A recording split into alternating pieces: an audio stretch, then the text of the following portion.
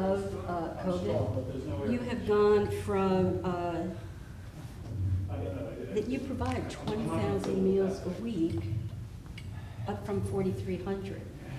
And that is, you provide you went from 250,000 meals a year to 1 million in this period, this extraordinary leadership, and we want to hear all about it.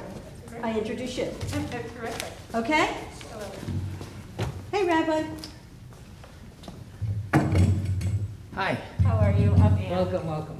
So nice to Good. meet you. Thank you for being here tonight. Oh, thank you. And thank you for for the everything invitation. that you're making possible. Yes. Okay, we gotta thank you also. Thank you also, but I got some information. Okay. And thank you for that. Hi, Carol. Hi, Carol, do you know Anne? I've heard the name, I've seen it in the Jewish, I've seen it in the Montclair local. Hi, Carol. It's nice to So meet what I you. would suggest Nice to meet is you. that you hold the mic and she hold the mic. Oh, we have 2 mics? Yes. Oh, that's awesome. And No, I'm scheduled to have replacement surgery. the stand is just for convenience, Well, not actually, for leaving it with there. any bit of luck, I need to find Oh, out. so I should take it out. I'm gonna And, do a work, I'll be coming home from the hospital 4 weeks from now. Oh, good for you. Hey there. Such great success with. hi, nice to Oh, see you. I know that because December. Where's the band set up? Oh, Wandering- Wandering Jews, that's what we're called. Hi. Oh, good. There weren't that many people signed up. How have you been? All right. Good. Good to see you back. Starting the second next week, I'll be teaching. I know everyone will be We're vaccinated, settling. It's a problem. Yeah. We're on the which is long not the case tail. here. So But, we got most of the stuff. Yeah. It's gonna take years. hello, did you have the surgery yet? You just got No, back wait. recently, right? March. All right, and congratulations on your new job. One week after Yom Kippur, the 23rd. Well, along with. I look forward to seeing your family. Right hip replacement. Yeah, they're good. My I'm mom's. having the other one. That often happens. So, Oh, Hello, Anne. Hi. so, How are you? uh, I recognize you. she's got. Sweet. Oh, Serena. I'm gonna go celebrate. How are you? Been busy, which is why I haven't been there. Yeah, it's a long time, yeah. How are things going? Good? Yeah, just busy at work, so I'm going to call. How are you? Okay, hang in there. Yeah. How does it look for the start of the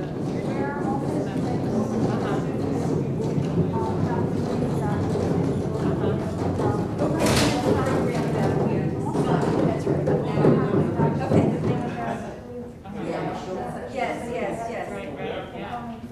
So, At least it's on all the sides. Yeah. if anyone asks, then I'll know.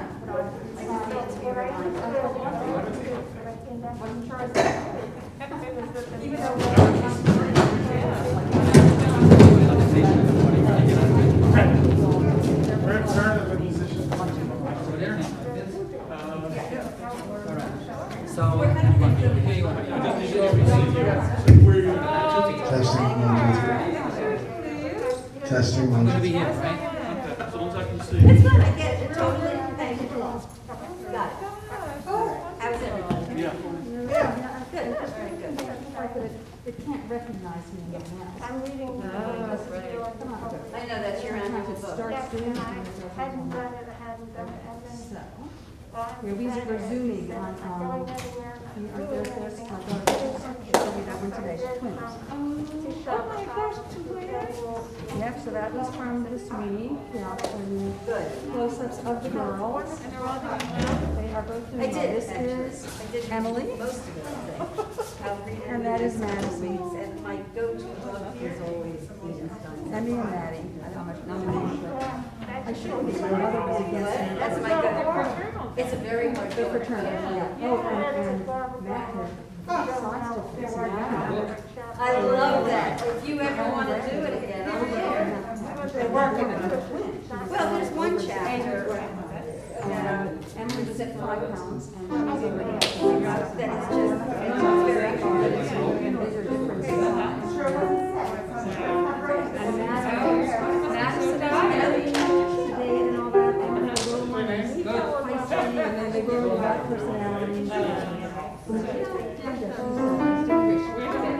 in Iowa. So that's far, so we drove out when my sister and we drove out to help No,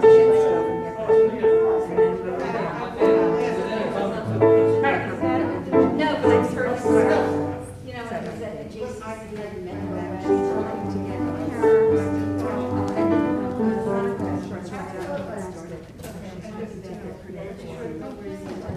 first couple of days, she'll be here for part of that first training. She can see the her doctor has to give her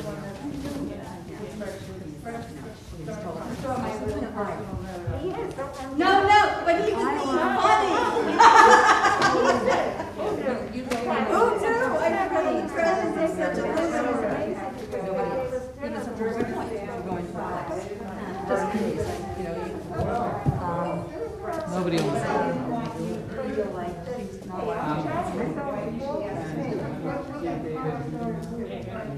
Yeah. There's a letter there. Joan Walsh? Well, I have to talk to her. I would love to hear about it. Yeah. They drive and they go right to the window. It's live streamed. I had nothing to do with the restaurant where it is or how it's, I think it's doable where they don't actually expose them to they'll say Okay, I just want you to know. Although we did find out. Every Sunday.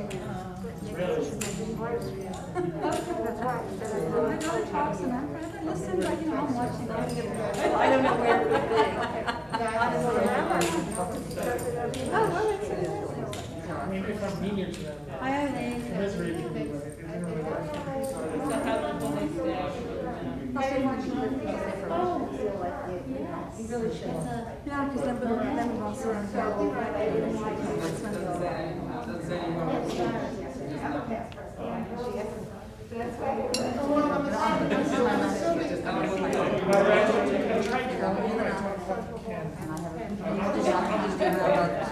And she's also, they're gonna try to go to Pennsylvania. How long is the drive? overnight drive is. I have everything, and they're gonna have a different option. Most of the one day. So we get there.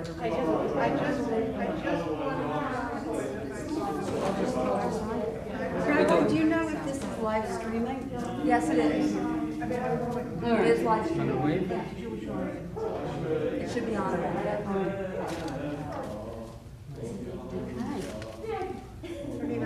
So we'll start about an hour, give people a chance to come in, you know. We're not very picky here about like starting at time. We're early. It's 8:43. Oh my God, it's so early. Yeah. I had 8:40. Oh, really? Well, then you're right. The cell phone is probably. We will coordinate our time so that. Yeah.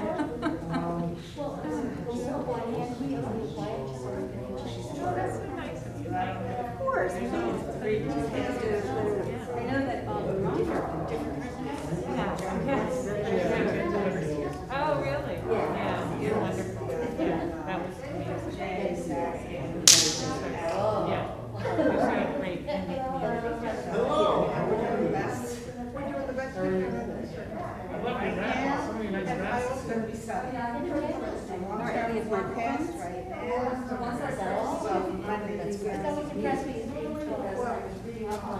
Should we take these off? Yeah. Hello? I mean, whatever is most comfortable for you. Yeah. What were you gonna have on your, PowerPoint? Oh, just this similar stuff that we talked about. Just the numbers and, okay. Some people like to do like You want to talk about speech? So what were you doing before Tony's Kitchen? So I worked in consulting, and I also worked in a French bank doing internal. So I did external consulting for a while, and then I did internal consulting. In what, accounting or? No, I'm really, my specialty is in organization design and process Oh, design. how perfect. So my last thing I did was I set up a global project office in a French bank a regional structure to a global structure. So let's go on. And then, the doctor had some issues, so I took some time off. And, then I just moved into this, what at the time was a part-time job at Tony's, and, Oh, got it. All right, so you were like in a transition of some sort, brought on by, in a personal matter. yeah. What he said. Yeah, and I just really loved it, the minute I Schedule. it's been really Great. Yeah, I mean, I've worked in the not-for-profit sector my whole life. My Where profession. did you work? I worked the last, I mean, I just left there this year, but I was at the Innocence Project for 15 years. What were you doing? I was the director of development and external affairs, so I dealt with fundraising and creating partnerships with My old bedroom before they groups of people, stakeholders. Yeah, that's excellent. They put it, they had an Oh, Rabbi, I think you should take the Thank you. jacket. It might take a while. tell her, thank you. I don't think I said anything wrong. I didn't hear you. Oh. Our conversation is being live broadcast.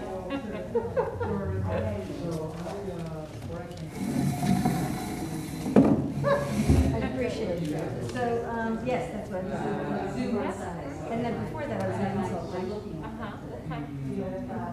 for the non-profit sector and development. Oh, And now I'm doing that again oh, you with a firm called Clark Water. Yeah, he's based in, Her responses.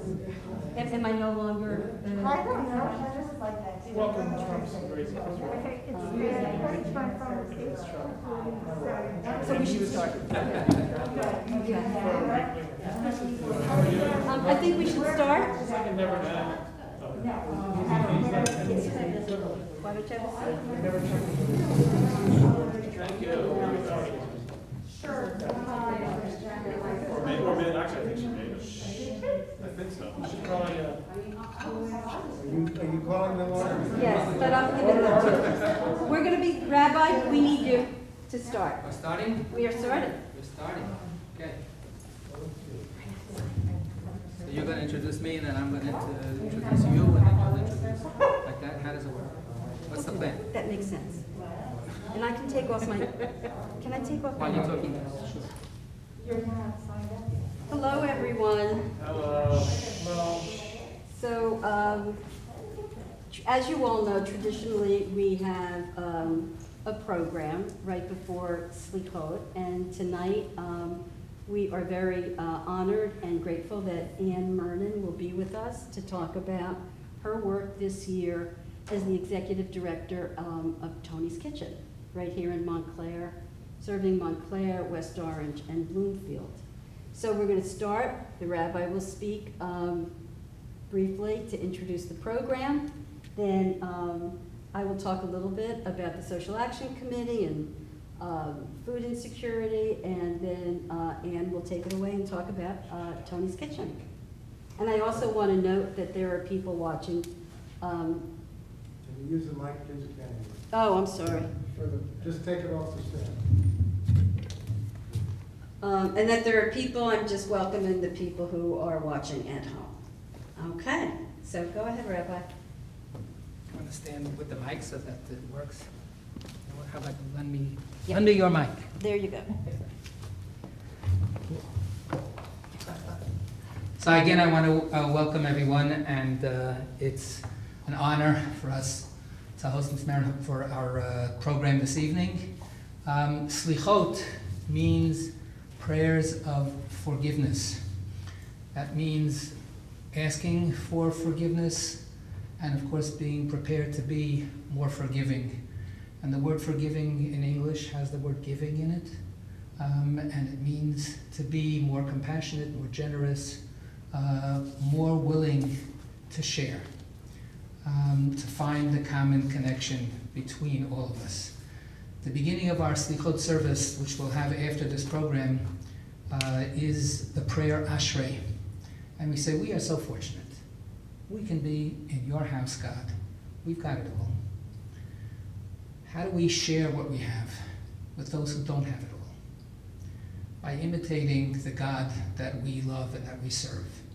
In that prayer, Ashrei, the key verse that the rabbi said makes Ashrei so important is the verse, Poteach et yadecha umaspia b'chol chai ratzon.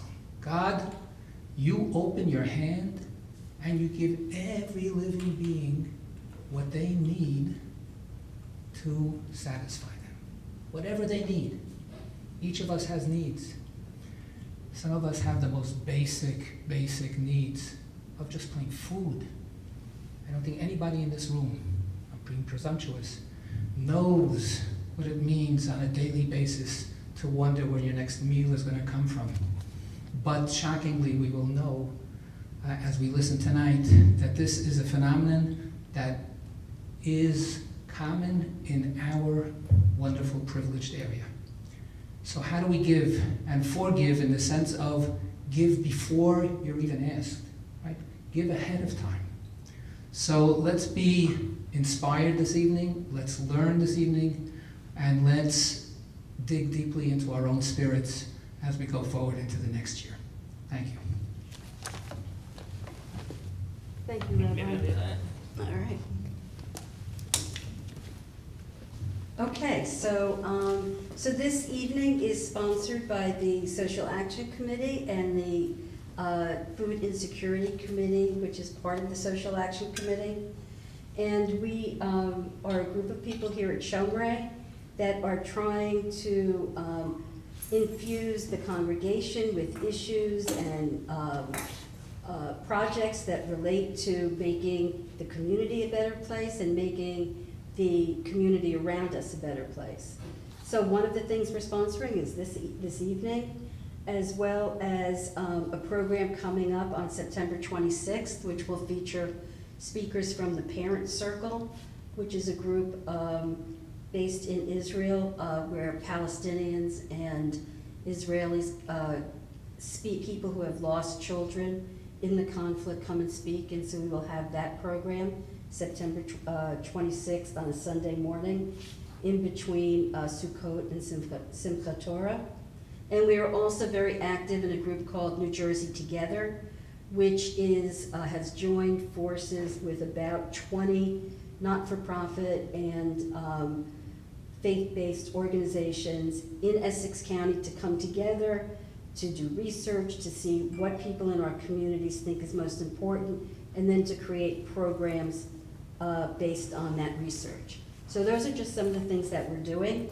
And I am really happy and grateful that Anne is here because she and Toni's Kitchen really embodies the kind of work that we all aspire to do and to make a difference in the way that she has.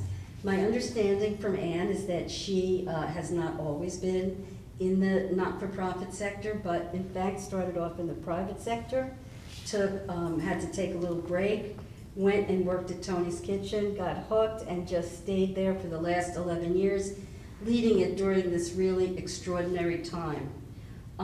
Toni's Kitchen's vision and mission, it's food ministry at St. Luke's Episcopal Church right here in Montclair. But Toni's Kitchen also serves West Orange and Bloomfield. And they are really committed, Toni's Kitchen is committed to feeding people, making food accessible to everyone, and to doing so in a way that ensures that everyone's dignity is respected. So the tone and the presentation and the entire service is really wonderful. And during the pandemic, so even before the pandemic, their work was extraordinary. During the pandemic, they went from feeding 250,000 people to feeding 1 million people. That is, or 1 million meals. 250,000 meals to 1 million meals. So Anne is here to explain how they managed to rise to this extraordinary occasion.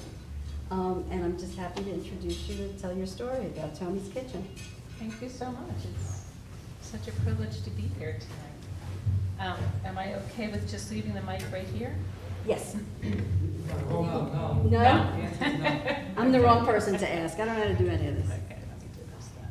Is that better? Yes. So I guess I'll just give you a little bit of intro to Tony's Kitchen, how we came to be and who we were pre-pandemic. Then we can talk about the pandemic, which is sort of this marker that there's always life before the pandemic and then whatever came after.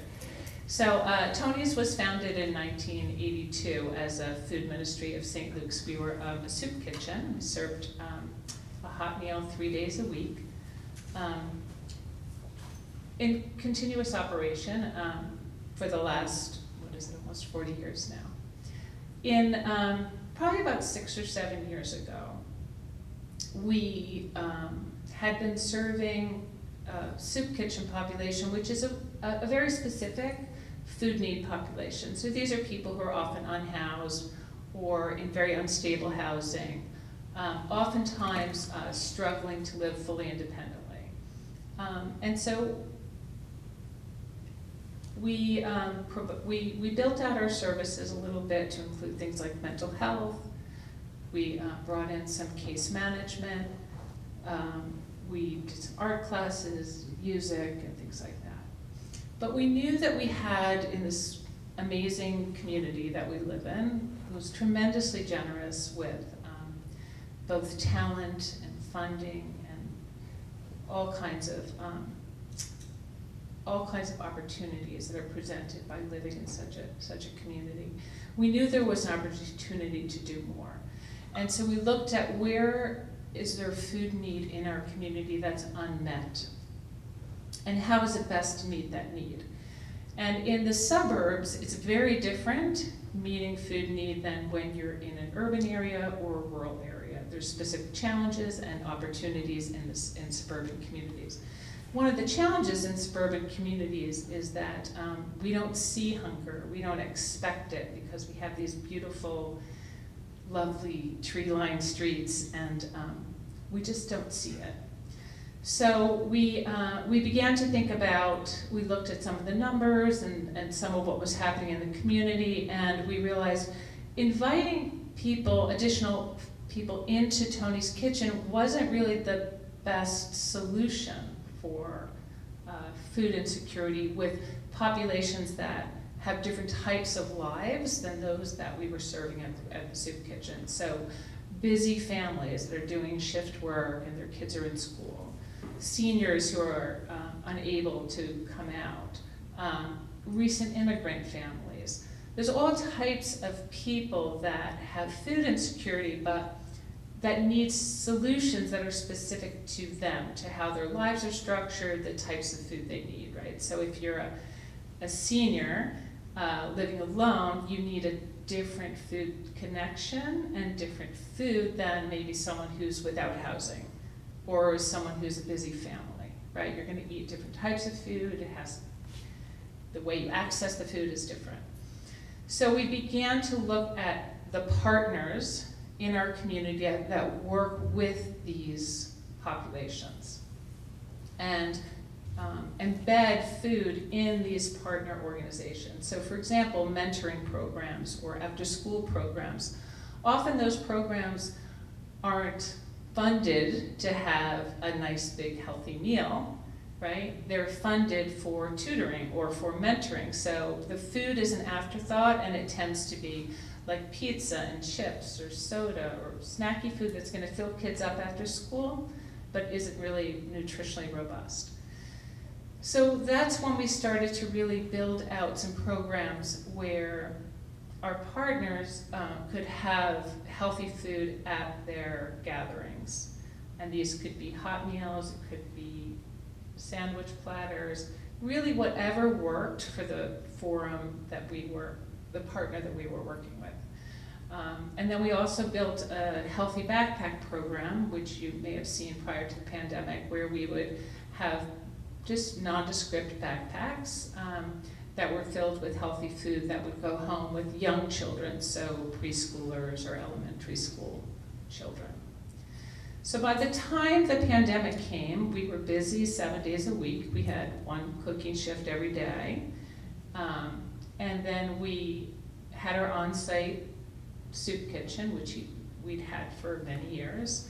And we were also working with about 50 partners out in the community, doing food work so that there would always be food available in the community, whether you were a senior and you were at a social gathering, or a little kid after school, if you were in daycare, if you were in an ESL program, a parenting program, any kind of program like that. So that's kind of where we were prior to the pandemic. Mhm. And then when the pandemic hit, of course, everything shut down overnight. And so our distribution network to get into families and children shut down overnight. So we had to pivot very quickly. And so the first thing we did was we moved our soup kitchen meals to be a to-go meal. And that was very hard. The pandemic was very, very hard for, and continues to be very hard for anyone without housing. And then we were very concerned about families, so we turned to the schools. So the schools were required right away, the governor said, every school must provide free lunch to anyone who is, anyone who asks for it. So you might have children who were not previously qualified for it. However, anyone who asked for it had to have free lunch. And you have to remember, many people lost everything overnight. So people who had never expected to have food need, overnight had food need. So we reached out to the schools in our 3 communities, and were able to partner with the schools because we knew that those families that were picking up lunch actually needed a much more robust solution. They needed groceries in their home.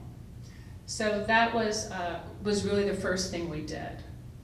And then we also opened up sort of a drive-by pantry at that point so that people could pick up curbside at Toni's. And it just made it easier for people who, it was such a hard time for people. Can I ask a question? Mm-hmm. How did you scale up? Like you were serving, you were set up for a number of, a certain Yes. number.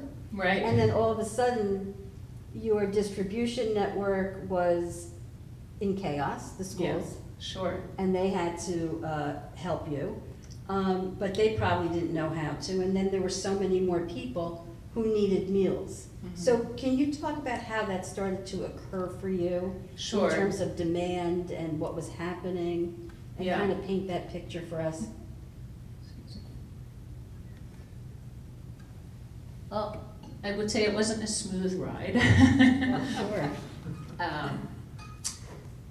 It's sort of, we, when everything first shut down, we had a core group of volunteers who were there for us, and that was the rock that everything was built on.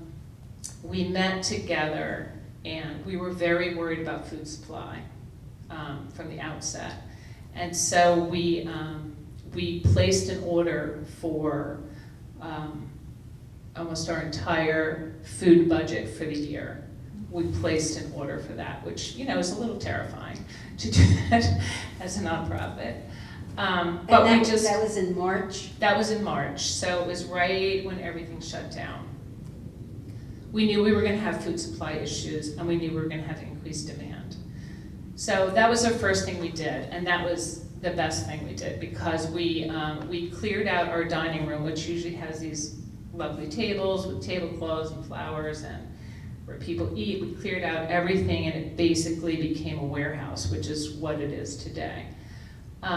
So that was the first thing we did, and then we reached out to the schools, and we set up this sort of drive-by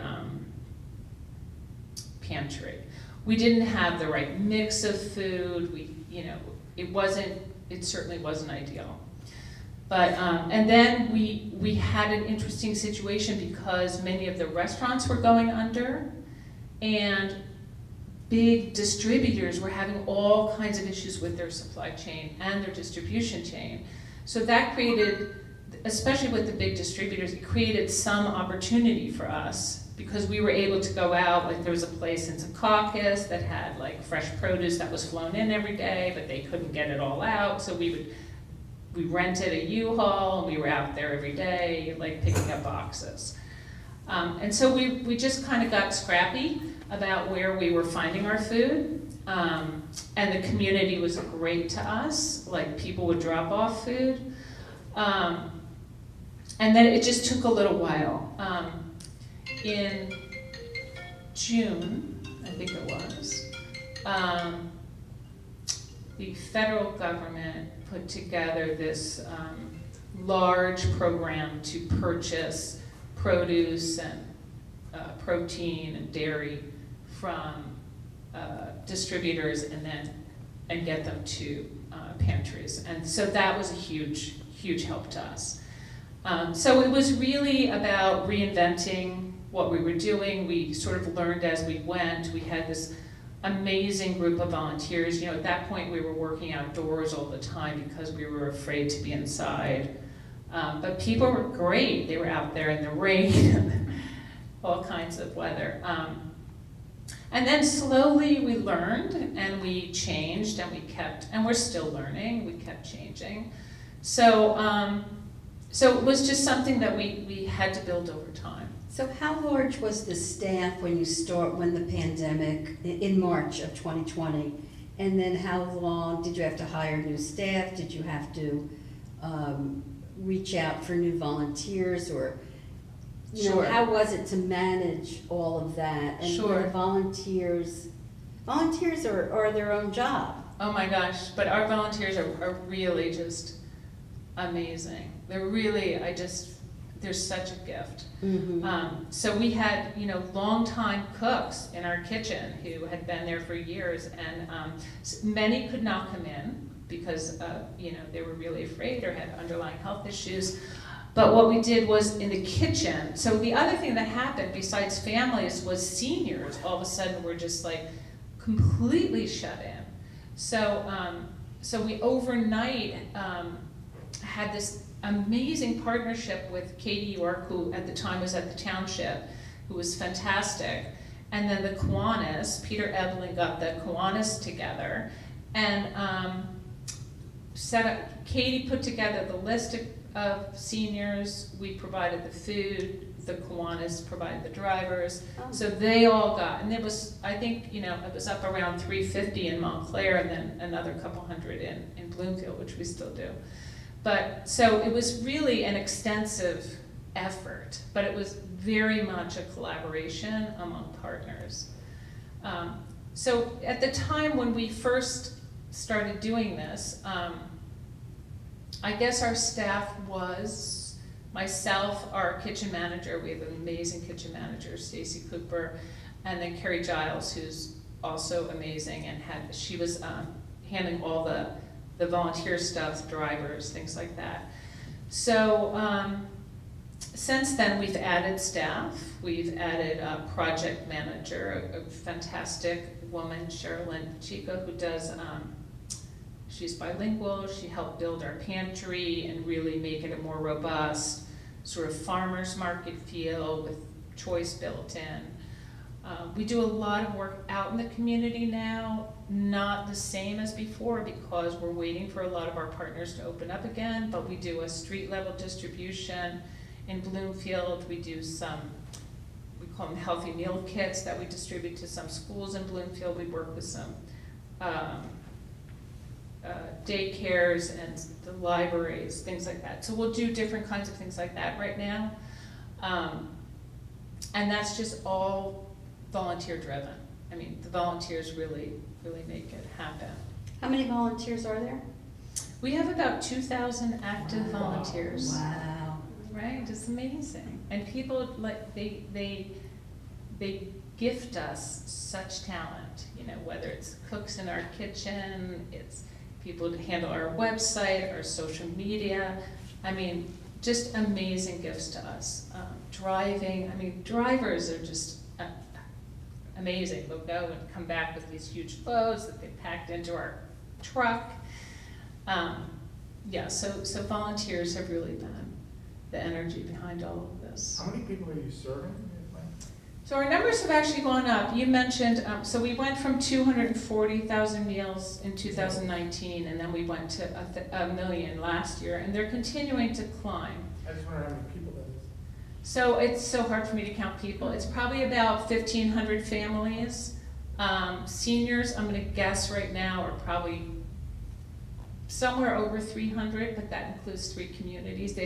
Senior numbers have come way down from their peak, definitely. Families, we saw them go up a bit in July. August is always a weird month, so you kind of can't look at August, so we're very curious what we see in September. Yeah, so it's a funny moment right now. But when we had the recession in 2008, we saw a 2-year delay in the impact of that. And so, the community is sort of looking at how will this ripple through? Many people went into the pandemic without much of a cushion. Those who had a cushion are often drawing down that cushion now. What our hope is that, and what we try and ask people to do, is don't draw down your cushion. Use us till you regain your stability, your footing.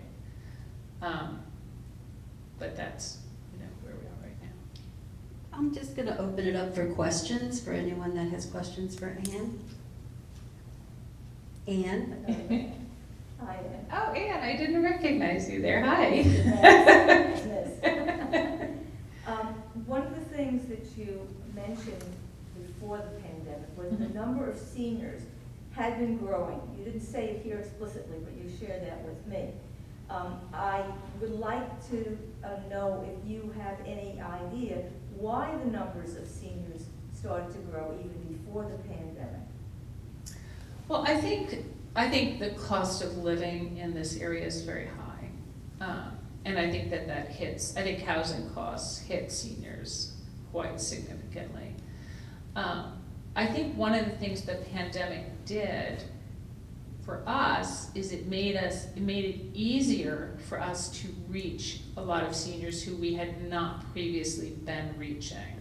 I think the work that Katie did at the township was amazing on that front, and we've done a lot more outreach in Bloomfield on that front as well. But I do think seniors are struggling financially.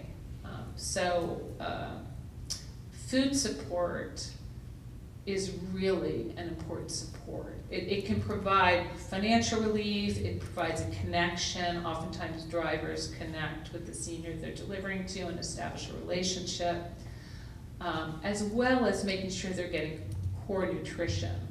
So when seniors get a delivery from us, they get groceries, so some light groceries like, tuna, pasta, rice, oatmeal, things like that.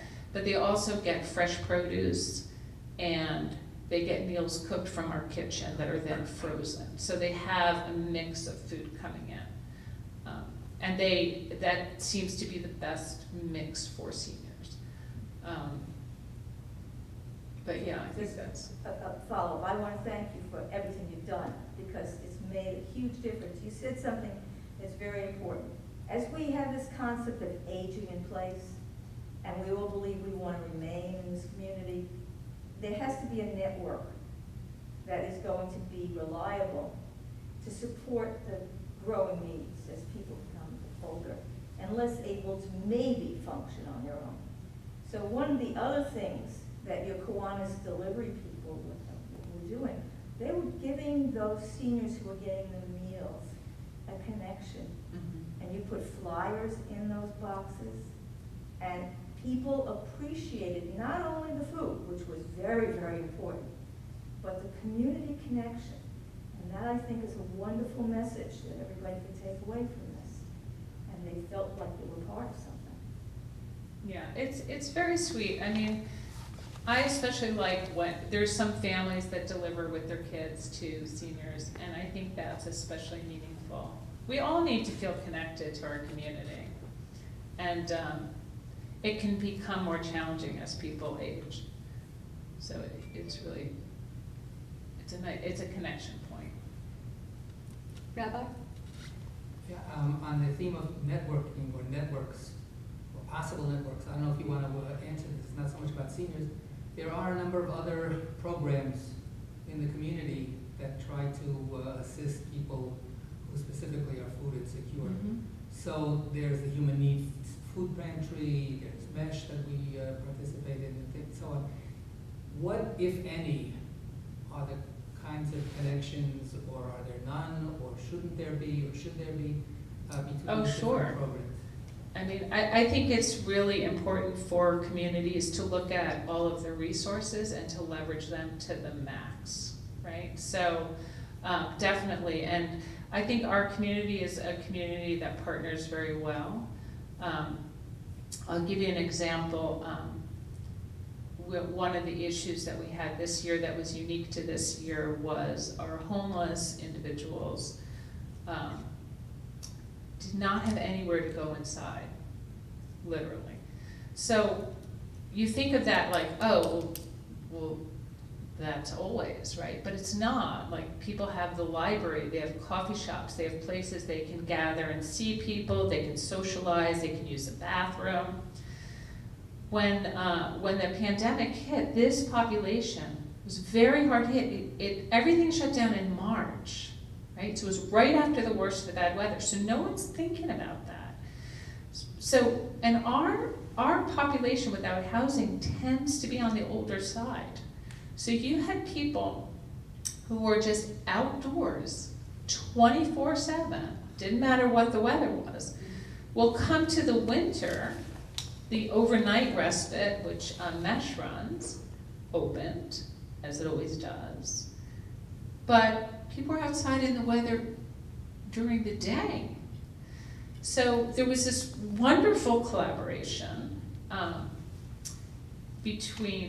with the Salvation Army, who's an amazing partner, MESH, who's fantastic, and Toni's Kitchen, because we were the sort of feeding partners, right? We all were the ones who had to do meals for that particular population. And then funders collaborated, and a daytime warming center was set up over at the Unitarian Church. So it was very much a partnership. It was very much like people were doing different pieces of what was required to get people out of the weather. So I think that that's really important, and that it's really important for communities to look at where are the opportunities to leverage the resources that already exist in the community. How can we amplify the benefit of those resources? So, you know, when we see a program like an after-school tutoring program, that's a tremendous resource to families, right? It's childcare after school, it's tutoring, right? So it's educational aspect. Well, it can also be a feeding program, right? And that by making it a feeding program, you also strengthen the connection between the family and the tutoring program, right? You make it a more robust program. So I think when we look at our assets in the community and then think about how can we amplify the benefits of each other's work, that's when we do our best work.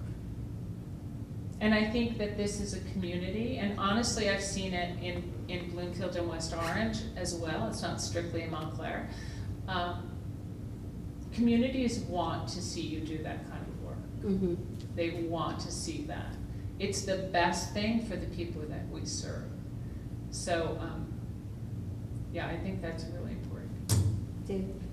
Are there any particular unmet needs that you can talk about in this community? Or alternatively, any assets that aren't sufficiently leveraged in those ways? Yeah, I think, you know, housing is an enormous, enormous issue throughout the county.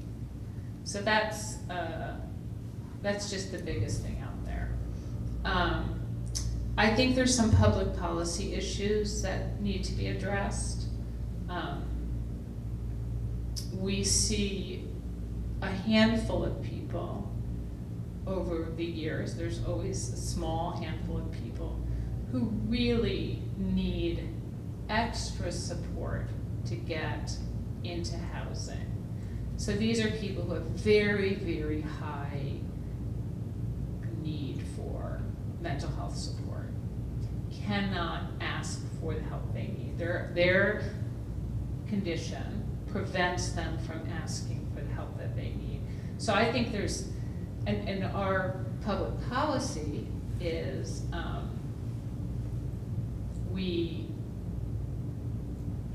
I can call crisis if someone is a threat to themselves or someone else in a very immediate sense. But if that person, some people can live on the street and can navigate that. And it may not be terrific, but they can navigate that. But there's a handful of people who cannot navigate that, who just don't have it together enough. And those people really fall through the cracks. They're either, the only option is to call police often. And our police have been amazing to work with in Montclair. I mean, really amazing. I never worry when I call and someone's in mental health crisis and not an immediate threat to, and I call our police, I never worry about how they're gonna show up to that person, which is a remarkable thing to be able to say. But like, we had someone who broke into 2 of our vans, did a lot of damage to the vans. Someone who's been around the community for a while, seriously ill individual. They picked him up on, so they knew about the vans. He was gone.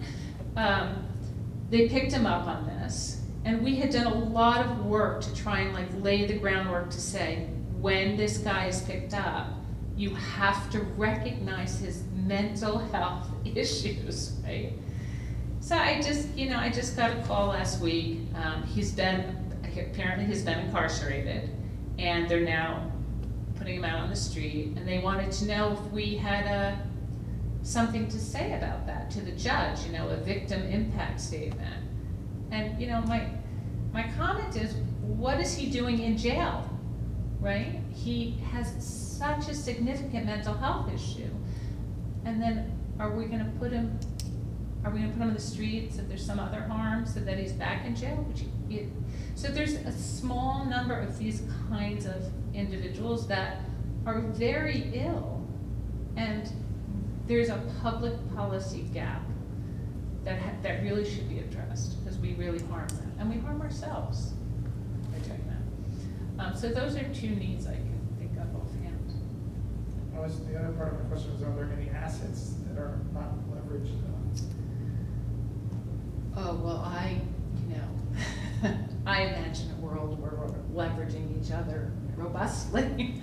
So I think that's something we grow into, and that part of being able to leverage community assets is slowly educating each other about the opportunities and opportunities to synchronize. I think that's a growth curve thing, and I think we're in a good place on it, but there's always more we could do there, definitely. So. Judy? And as to your last example, I understand your question, why is the person in jail? But who's available in the community to help a person like that? That's my question. And I do a lot of landlord tenant law, and I find that all the time. There's a disruptive person in the building, and everybody's scared of that person. So my job is to get the person out. But that's not the solution. The solution is who's going to address that person's mental health issues. Right. And there's never anybody there to do that. And I think that's the gap. There is just a gap in our public policy, and then the resources that follow the policy.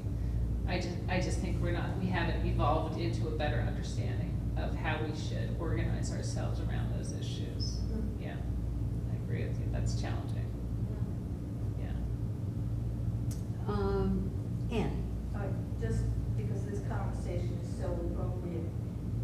there was actually discussion in the police department of hiring a social worker who would actually be able to adjudicate on a legal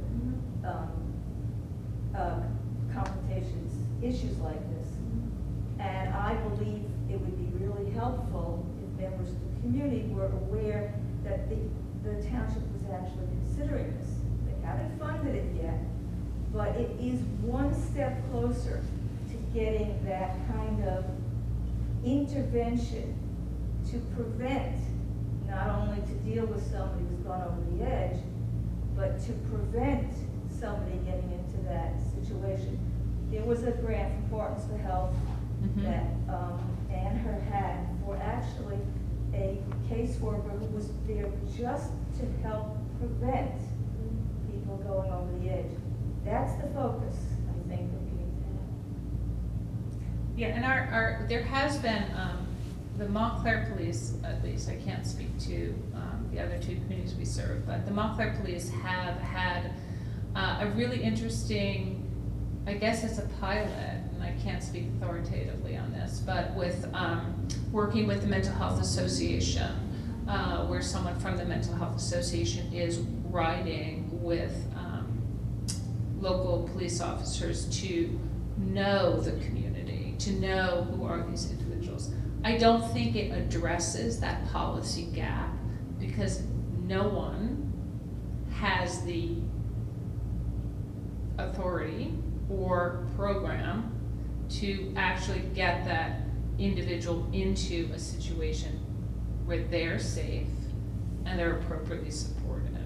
Like, that piece does not exist, to my knowledge. Linda. But it doesn't exist anywhere, not just in Montclair. Yes, no, I think it's a state level Not issue a- that has to be addressed. National, really. Especially since the 1970s, people don't have to accept mental health Correct, yeah. support. So Yeah. we had decades now that they're entitled to live their lives without taking medication. Yeah. No, and I'm not saying it from, I worked in a crisis unit in the city, I'm a Mhm. social worker also. Okay. And they have a right to Yes. not accept this, so Yes. it's the policy, but it's also law that we can't Yes. tell them. And that's the problem, is that they are not in a state of mind. It's not like they fell off. It's been a chronic- tricky, it's a slippery slope, right? 'Cause, Yes. It's a chronic at what state. point do you intervene? It's definitely a, Well, at what point do you have to say this person is not compos mentis and we're making the decision? And that's where it's very Yes. unclear. So I think Yeah. it is a major issue. Yeah. And I've been thinking about it for 40 years already. And Yes. especially in this environment, I don't know that we're gonna have people that are gonna address it. Because I think they're gonna sort of pigeonhole these guys into a little corner and not see it as a bigger picture. So David. I wish I could be more optimistic. David next, and Can I ask Serena. a question on a slightly different theme? I'm curious if you could just speak for a minute about, I mean, there's a lot of history here, but just a little bit about the relationship between Tony's Kitchen and the church. Oh, sure. And the growth curve of the two institutions. I imagine it's intricately knit together, but I also kind of get the sense that Tony's Kitchen has far outgrown the church. But can you talk about that? Like, how they helped each other? How do they continue to Sure. relate to one another? Sure, so, Tony's Kitchen is a food ministry of St. Luke's, and it's very much a food ministry of St. Luke's. It's grown up with tremendous support from the congregation. The congregation is very actively involved in Tony's. When everything shut down and our growth was exponential,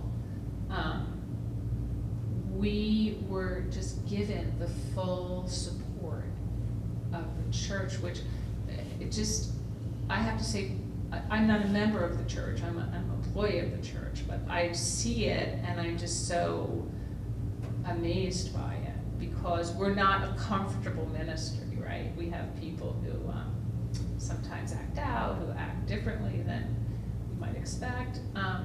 But also, like, that level of growth, like, our dining room is now literally a warehouse. our parking lot has 2 trailers in it, 2 trailer units. One is a fridge and one is a freezer now.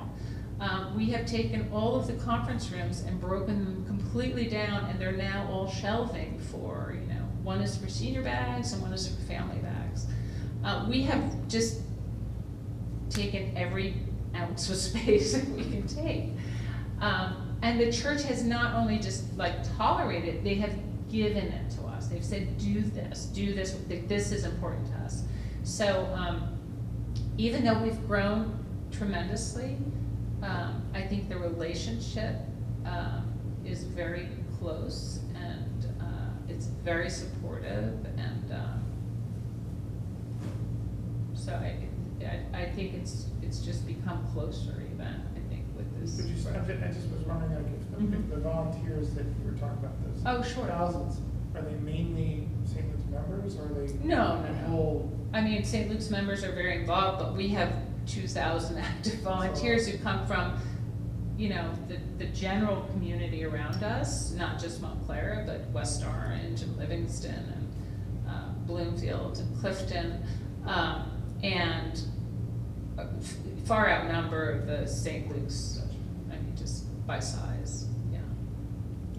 So following up on that, you mentioned your work with Kiwanis as a group that really, as an organization, partners with you. Is there a need or an idea of working with congregations, and to no one, with congregations as sources of, we have people in our congregation who volunteer at Toni's Kitchen. Yes. They do it as just good-hearted, wonderful people.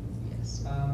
Is there a value to trying to make congregational consortium as centers for volunteering to bring volunteers to Toni's Kitchen?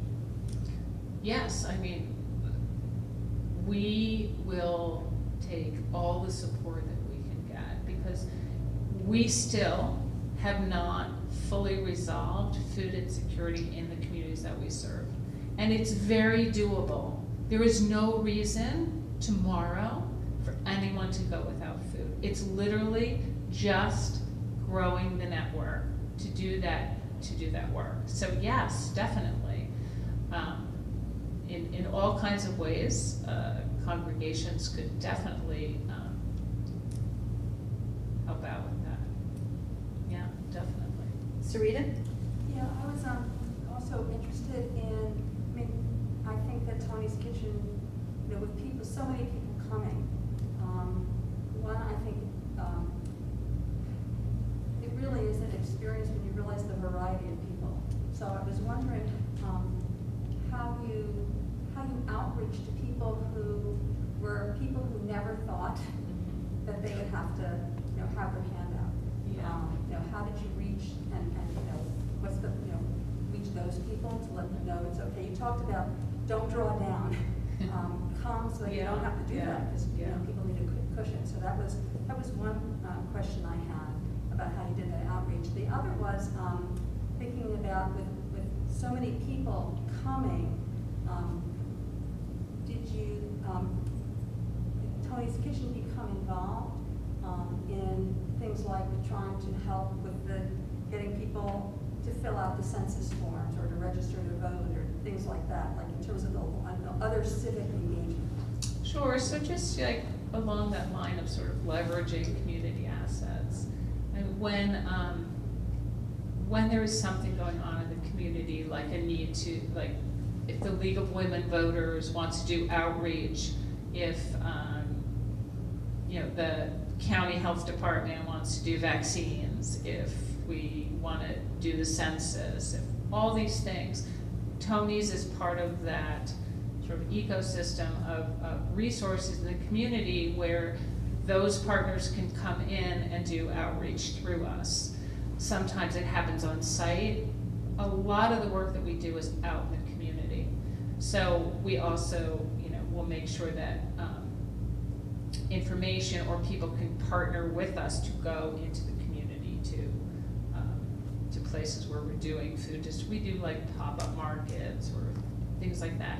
That's where those kinds of things can happen. So there's a lot of, you know, two-way street there. Is that what you mean? Yeah. And then in terms of outreach and how, you know, I think it's very hard to accept food. It's the hardest thing to accept food. There's so much shame around that.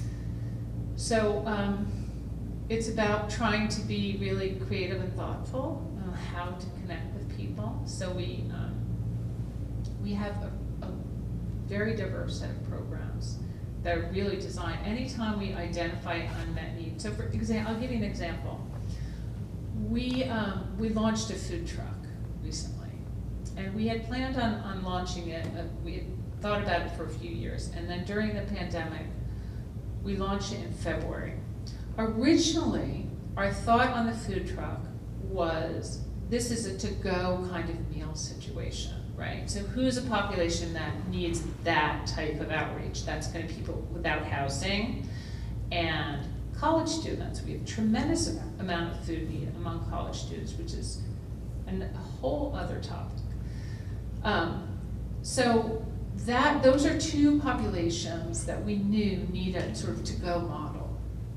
When we put our food truck out, what we ended up doing, we had this amazing woman who runs the truck, and she's just feels very much of the community she's serving. Like, she's just fantastic. And so she was basically doing almost like door-to-door work when she first launched the truck to like make people aware of this is available. Well, what she uncovered was we have these pockets in the community where you have either recent immigrant families who are still reluctant to come out, even though, you know, we try to make it as very reluctant. So families that definitely have food need, right? And then also a lot of adults with special needs. So adults on the autism spectrum, adults with executive functioning issues, things like that. And then also families where there's a lot of shift work going on, a lot of like inability to plan.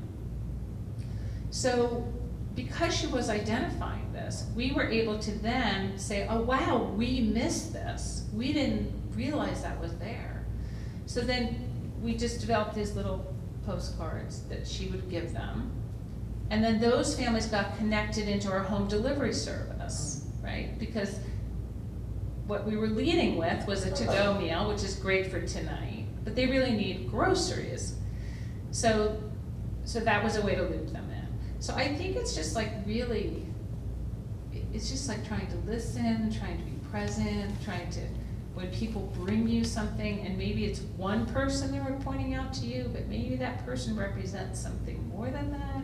Just like questioning that, and like, how do I get those families connected into the, you know, how do I make sure I'm going out to them, or they know how to connect in here in a way that feels good, or maybe we were working with their faith organization or with their local after school, you know, their preschool. There's a lot of low-income preschools out there.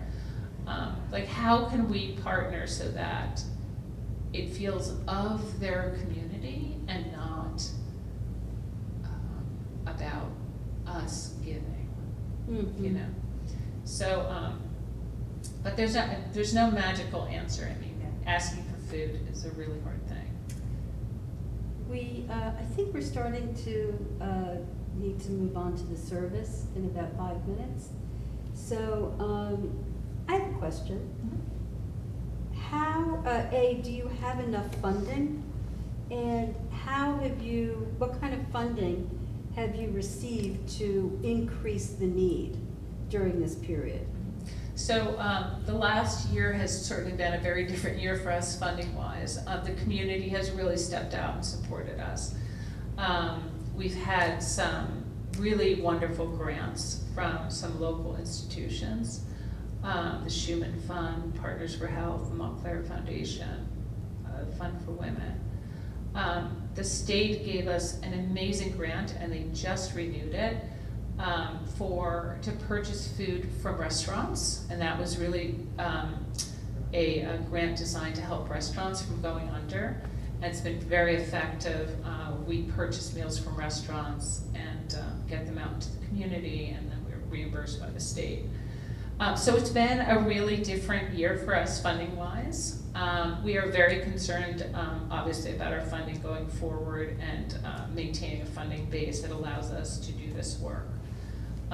So in terms of adequate funding, we never have adequate funding because when we have our network such that we're not talking about unmet need in our communities, we're talking about sustaining those needs, Yeah. sustaining that, then we have adequate funding. You know, and we're not that far from, I really think that this model is tested. Like, we've really sort of test-driven this model. We know that if we have a pantry structure and a kitchen structure, and then we have ways of getting out into the community, and then we layer on it these wonderful community partners, there's not gonna be hunger in our communities. There just isn't. It's just a matter of like growing into the extension of it. So it's very doable, and I think it will happen within a couple of years. So that's sort of where we are right now. It's just planning how do we move forward with that. And as we said, there are people in this room who have volunteered. How can people here at Shomrei help you? I'm assuming, do you have a need for more volunteers? We always need volunteers, and so we never say no to volunteers. We are, we're actually doing a planning, the staff are doing a planning on the 7th of September, and the purpose of that planning is to give the community a better way to connect in sort of groups and projects. So for example, we really want to do more pop-up markets. So these are markets where we can like set up, you know, we want to be able to pack a van and give it to a volunteer who has like a few volunteers working with them.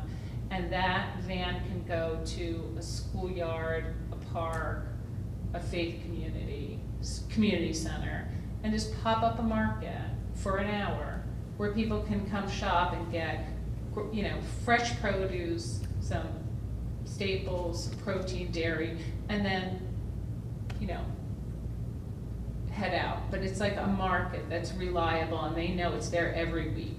So we want to do some of that. There's some work on the food truck. We want to extend the food truck out in the community. We always need drivers, always need drivers. And then we need people, obviously, in our kitchen and packing bags. So there's all kinds of ways that people can help, and we would love it. All right, great.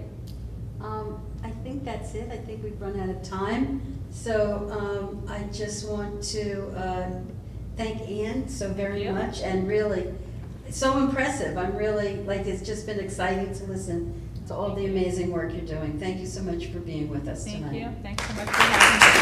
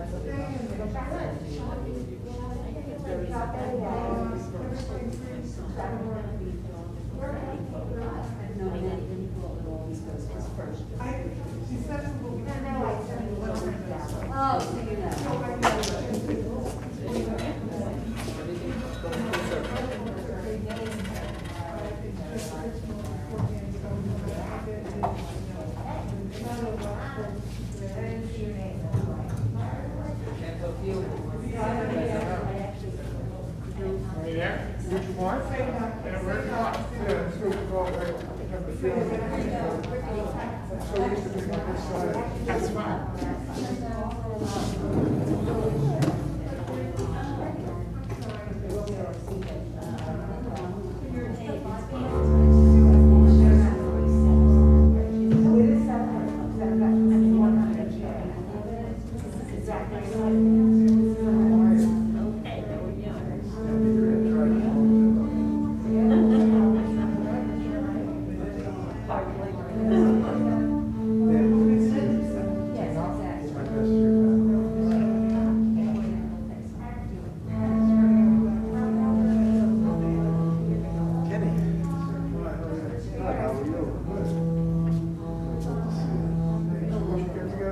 Yes. Maybe, after the holidays, maybe walk. Good. Yeah, maybe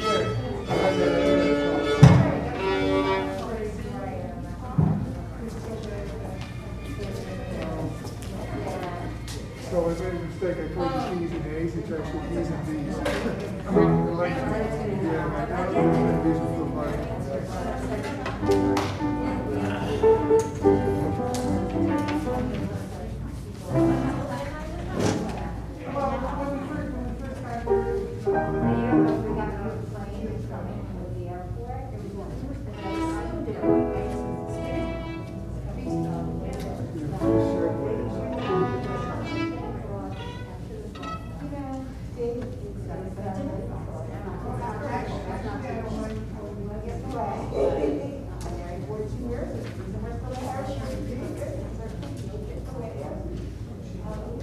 Is there some kind of prayer booklet somewhere? Yes, there is, yeah. Here.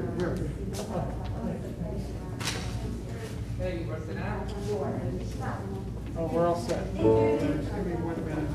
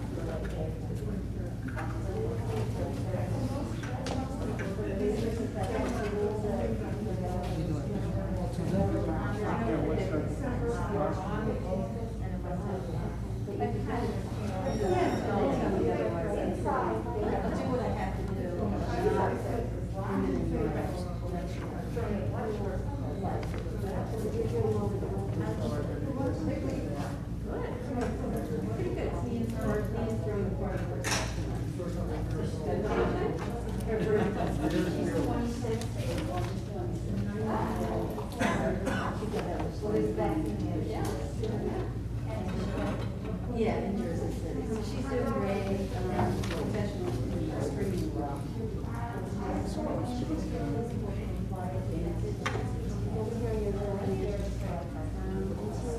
Can I turn these off? Okay, yeah, sure. I don't think we need it. Thanks.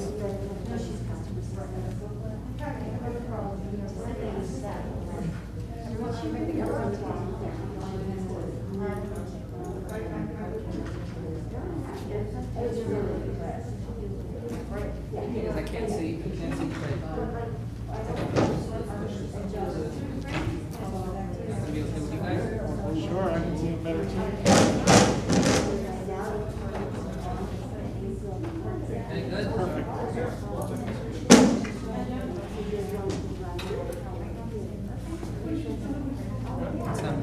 Are we ready? Ken, you ready? Shavua Tov to everyone, Erev Tov, good evening. Thank you, Nick. You're welcome. Before we begin, I want to just thank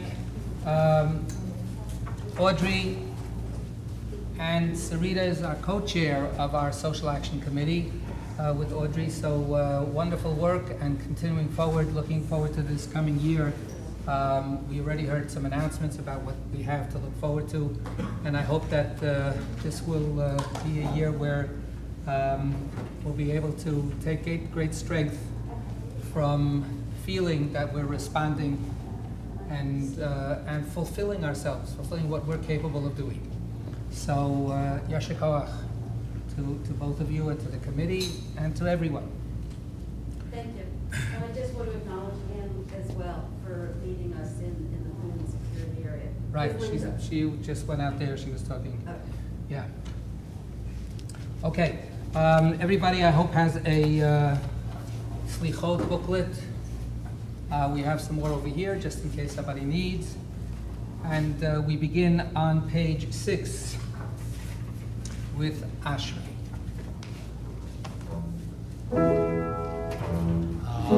Ashrei, everyone. Ashrei, Yoshevei, Ve'etecha,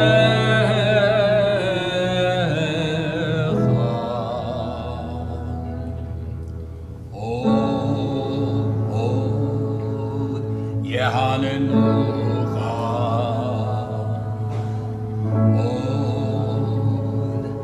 Hallelujah, Selah.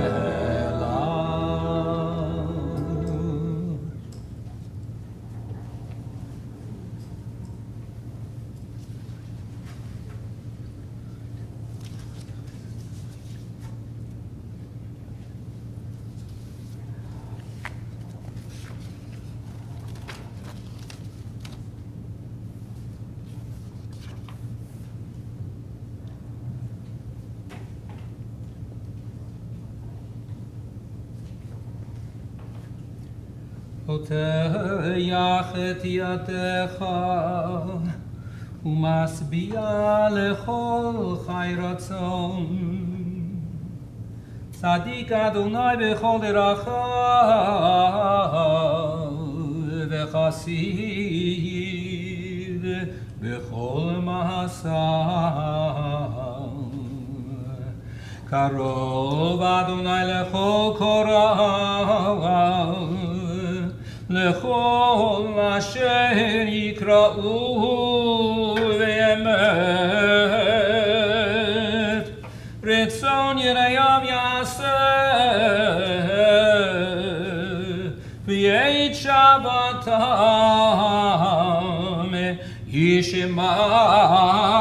ישמעם ויושיעם שומר אדוני את כל אוהביו ואת כל הרשעים ישמיד.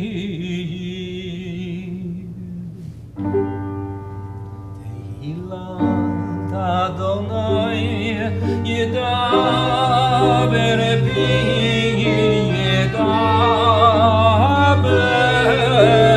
פי יברך בשר שם קודשו ליום ועד.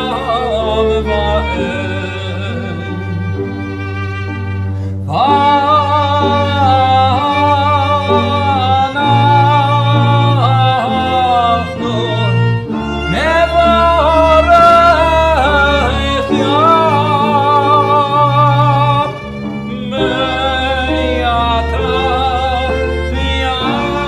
ועד עולם. Hallelujah.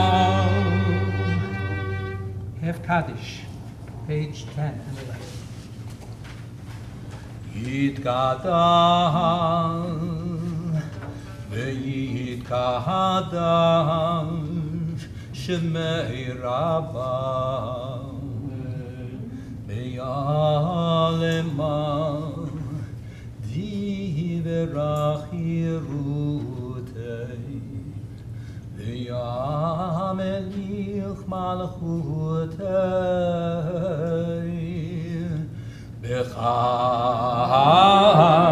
בחייכון וביומייכון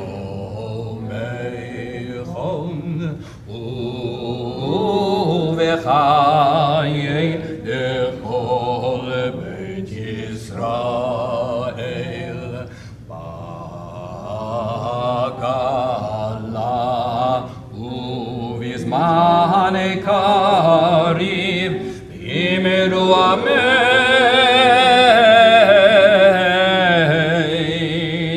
יהי שמי רבה מברך לעולם ולעולמי עולמיה יתברך וישתבח ויתפאר ויתרומם ויתנשא ויתהדר ויתעלה ויתהלל שמי דקודשא בריחו לילה מן כל ברכתה ושירתה תושבחתה ונחמתה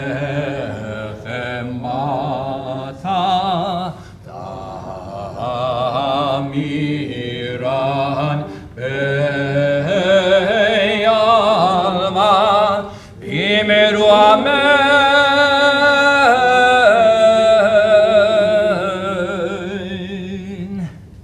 Take our seats. Let's read together the last stanzas on page 11. That's the same page. In the English, the bottom of the page. Righteousness is yours. Together. Righteousness is yours, O Lord. Shame-faced embarrassment ours. What can we say to you? How can we word our defense? We shall examine our ways, probe our deeds, and return to you. You welcome the penitent. We possess neither good deeds nor virtue. We come as paupers to knock at your door. We knock at your door, merciful God. Please do not turn us away empty-handed.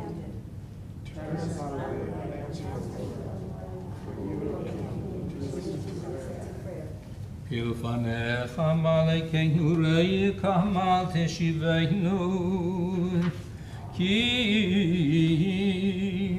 ata shomei tfilah.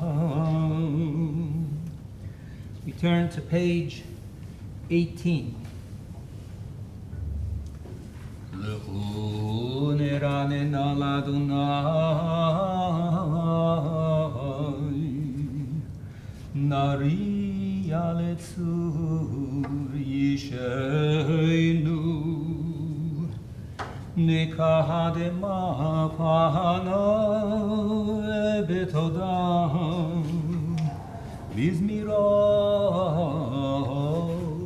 Bizmirot nari alo Tzedek umishpat mechon kisecha Chesed ve'emet yikademu fanecha Sherir yachdav nam tiksot nam tikesot Beveit Elohim me'alech beragesh Asher lo hayam vehu asahu Yabeshet yadav yatzaru Asher beyado nefesh kol chai Beruach kol besarish Asher beyado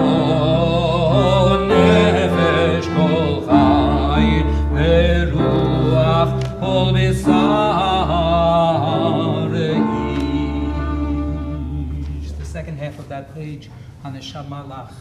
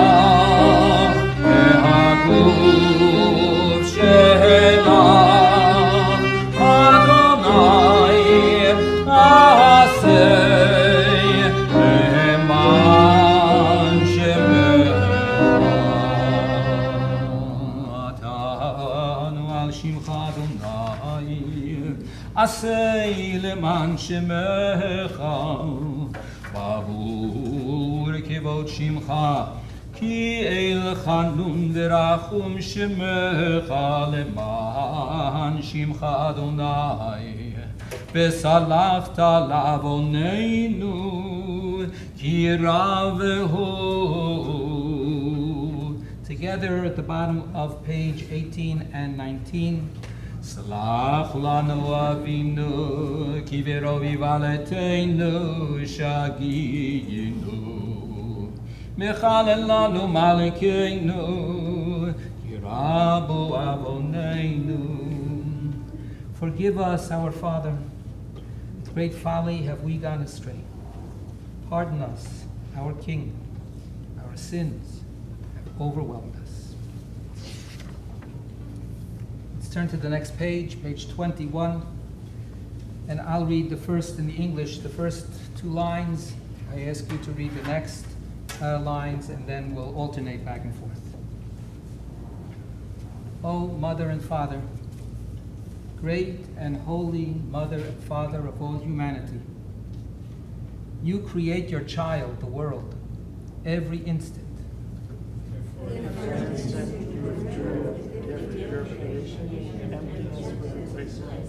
But you shower your children with blessing every moment. Once again, the morning stars appear, singing a song of love to you. Once again, the sun bursts forth, singing a song of light to you. Once again, angels sing of holiness to you. Once again, souls sing of purity to you. And once again, grass sings of longing to you. Once again, birds sing song of joy to you. Once again, orphan nestlings sing songs to you. And once again, a brook whispers its prayer. Once again, the afflicted pours out his complaint to you. Once again, the soul of prayer spreads its wings. Once again, she trembles in awe of your glory. And once again, he hopefully awaits you. One ray of your light, and I am immersed in light. One word from you, and I am born. One hint of your eternal presence, and I am refreshed with the dew of youth. For you, Father, please create me a child. Breathe into me of your spirit, that I may begin a new life.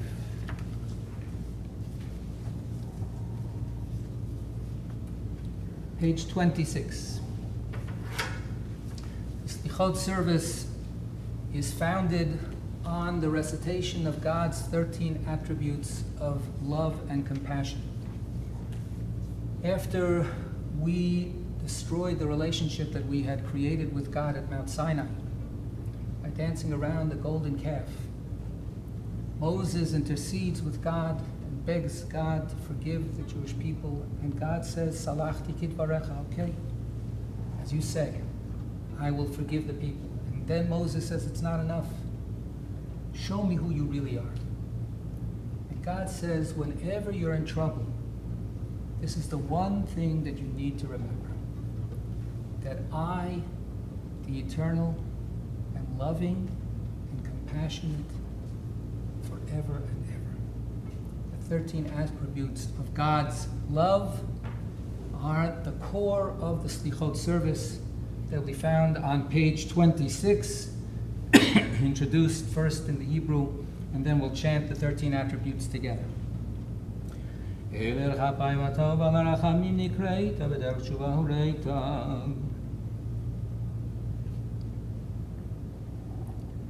Ila panecha nekadenk yodat lana mikedem mecharon abchashuv kimo b'toratcha katuv tzeh knafecha nechaseh v'nitlonan ki yom vayired Adonai bi'anan ta'avor al pesha v'timche Hashem ki yom vayityatzei v'imoshavam tazin shavateinu v'takshiv menu ma'amar Yom vayikra b'shem Adonai. We rise, please.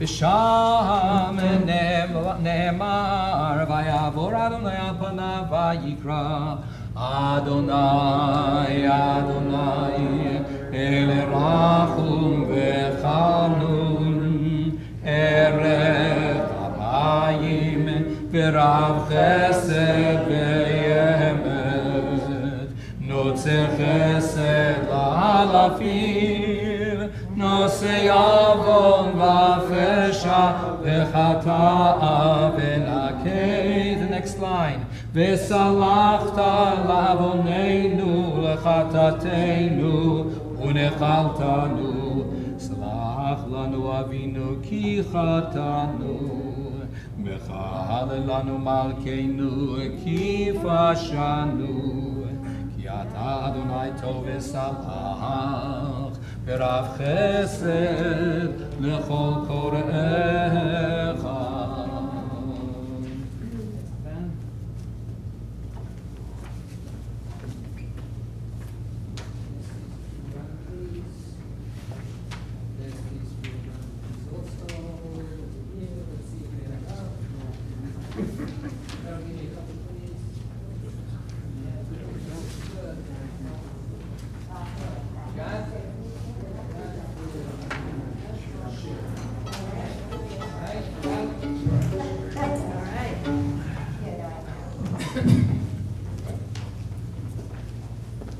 May be seated.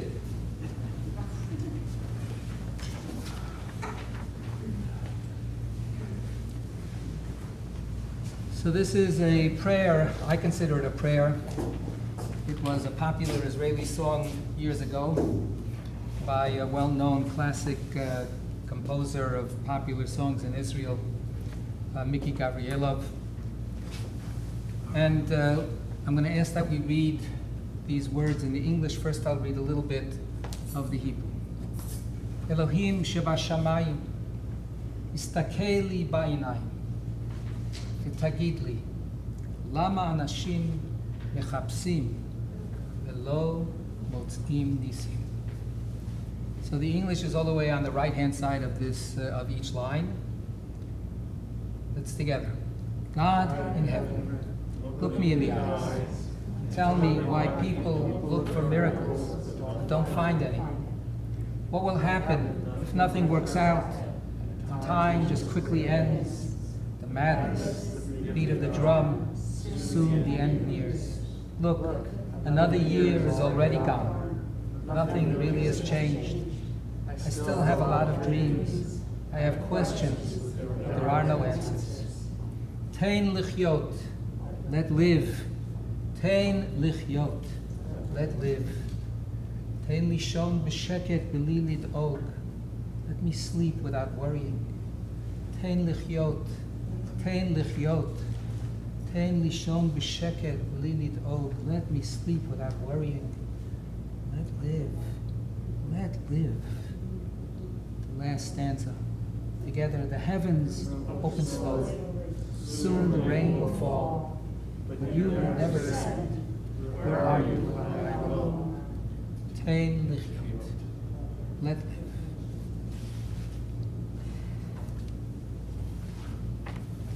Page 30.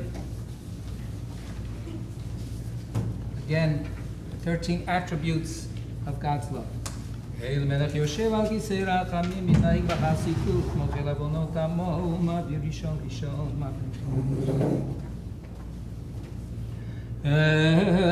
הורית לנו לומר 13, זכור לנו היום ברית 13, כי הודעת לעניו מקדם, כמו שכתוב, וירד אדוני בענן, ויתייצב עמו שם, ויקרא בשם אדוני. We rise.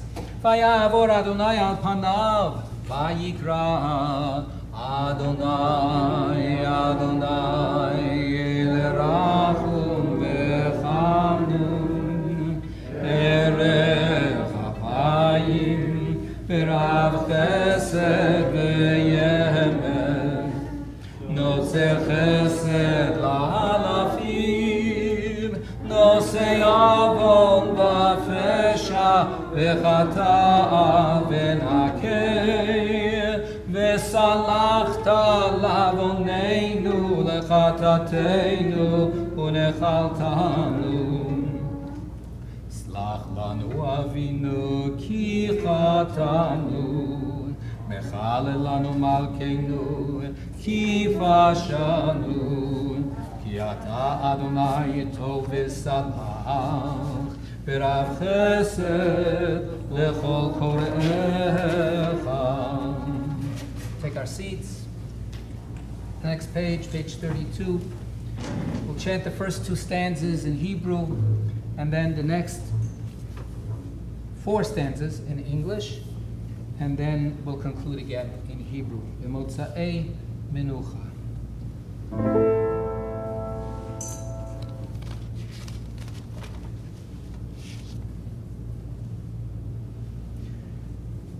One more time.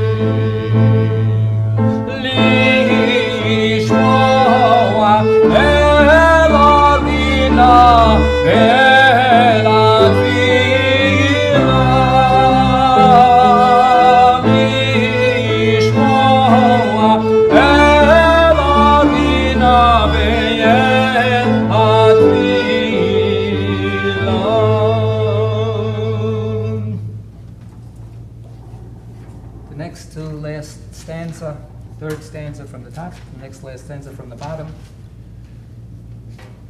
I'll read this stanza, you read the next stanza.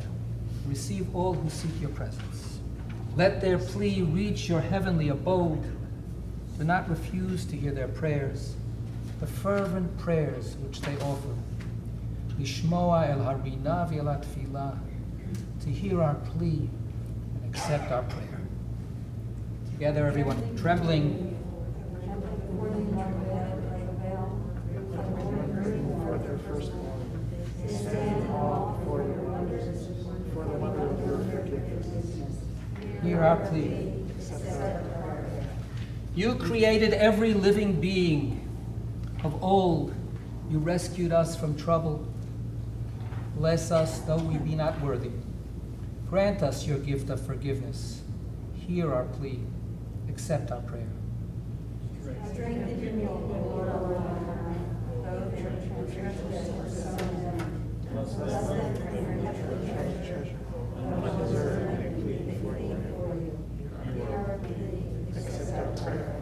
Now the last two stanzas in the Hebrew again.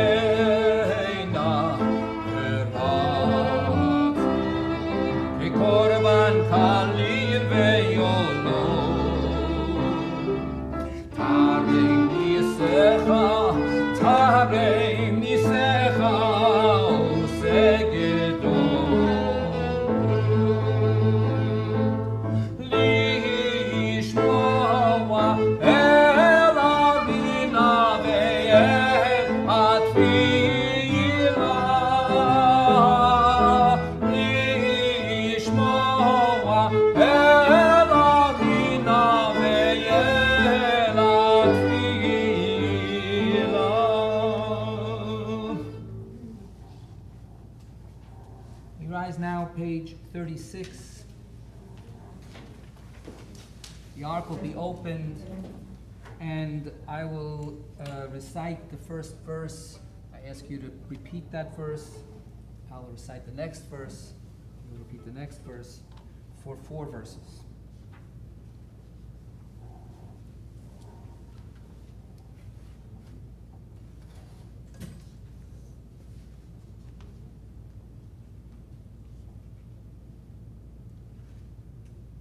Shema Oleinu Adonai Eloheinu Usverachem verachem aleinu verachem aleinu V'kabel berachamim uveratzon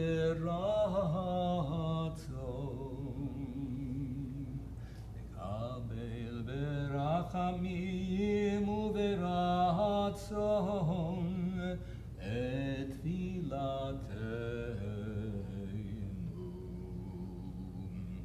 Everyone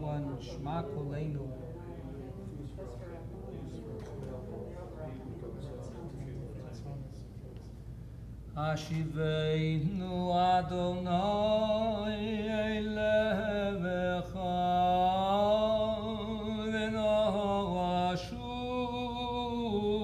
ונשובה חדש ימינו כקדם השיבנו אדוני אליך ונשובה חדש ימינו כקדם.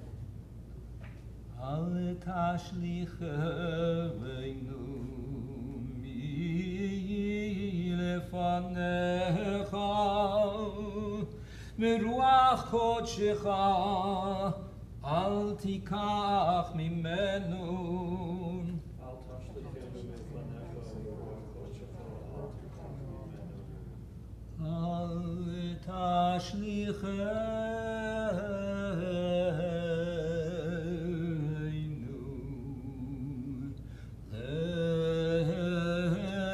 לעת זקנה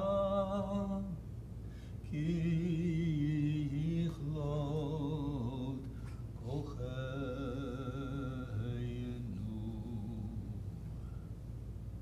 אל תעזבנו אל תשליכנו לעת זקנה כי יכלות כוחנו. אל תעזבנו.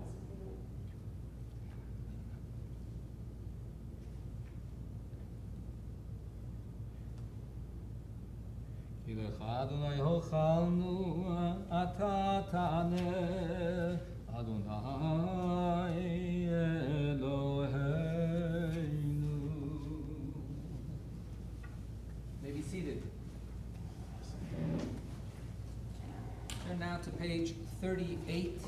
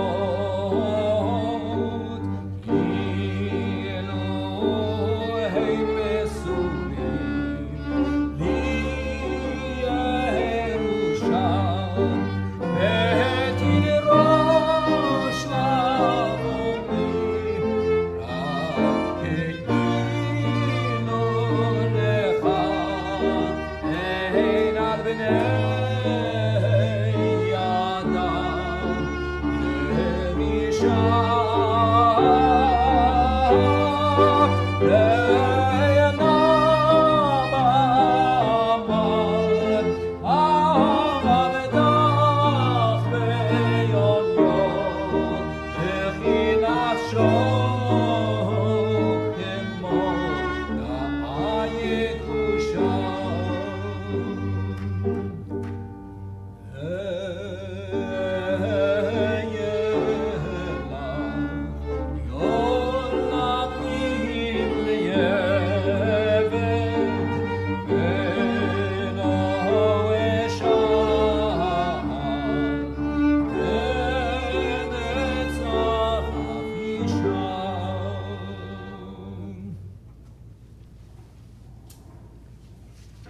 page 40.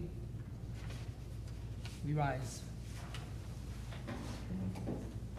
Eloheinu Elohei Avoteinu, tavo lefanecha tfilateinu, v'yal titala mitchinatenu.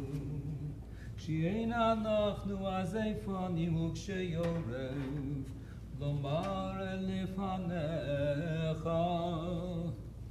אדוני אלוהינו ואלוהי אבותינו צדיקים אנחנו ולא חטאנו איי איי איי אבל אנחנו חטאנו איי איי איי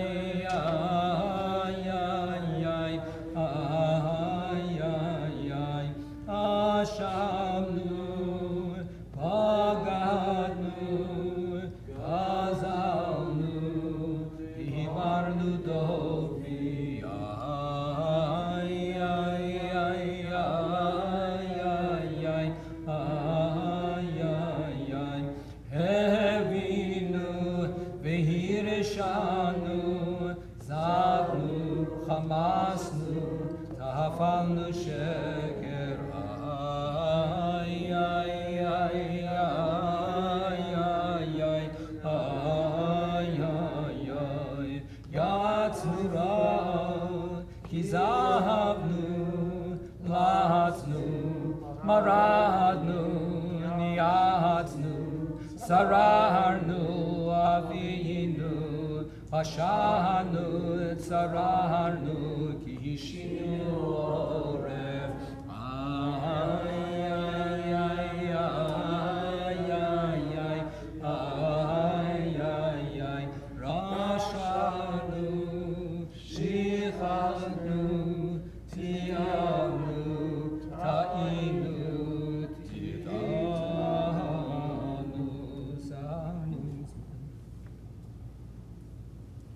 תן וליבנו לעזוב דרך רשע וחיש לנו ישע.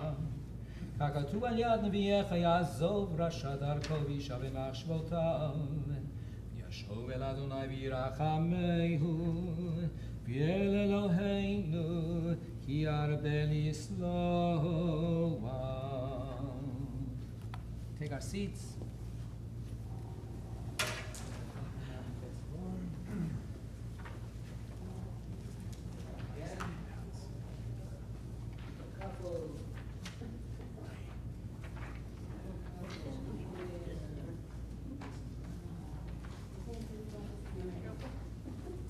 Thank you. While the pages are going around, I want to give a big Yasher Koach, a big thank you to our band members, the Park Street Band, back after a long hiatus. So I want to thank David Halfinger on the little bass, Ken Bannerman on the big gigantic bass, right, the gigantic violin, right, and Craig Eichner on the keyboard. Yasher Koach, Yasher Koach. Thank you.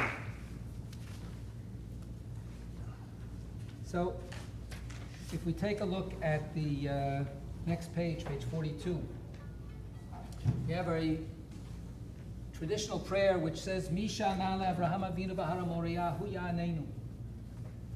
The one God who answered Abraham on Mount Moriah, may he answer us. And then it goes on, Yitzchak, Yaakov, Yosef, etc.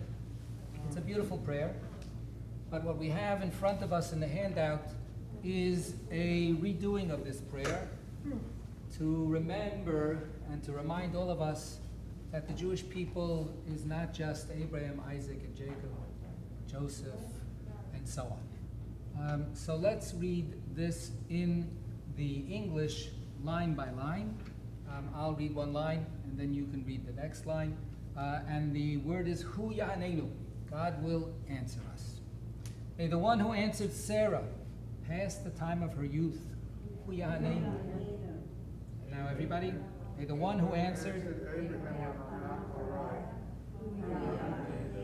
May the one who answered Isaac, their son, bound on the altar, Hu Ya'anenu. May the one who answered Rebekah, his son, strong with him. May the one who answered Jacob at Beit El, Hu Ya'anenu. May the one who answered Rachel desperate for a child, Hu Ya'anenu.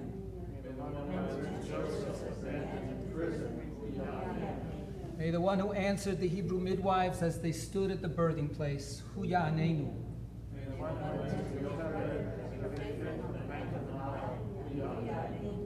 May the one who answered the people Israel on the shore of the sea, Hu Ya'anenu. May the one who answered Moses standing on the slopes of Sinai, Hu Ya'anenu. May the one who answered Miriam with her well of water, Hu Ya'anenu. May the one who answered Aaron offering incense to God, Hu Ya'anenu. May the one who answered Pinchas seeking his place above the crowd, Hu Ya'anenu. May the one who answered the daughters of Selichot standing there praying, Hu Ya'anenu. And everyone together the last lines.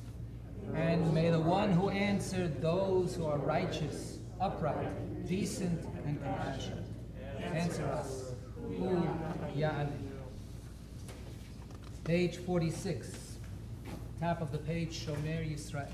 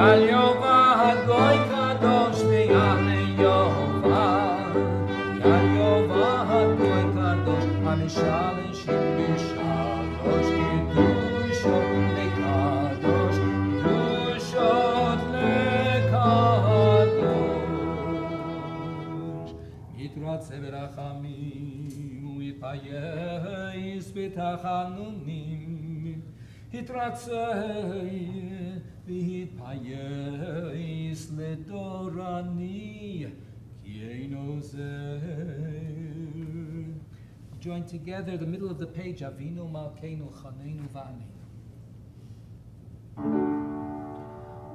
Avinu Malkeinu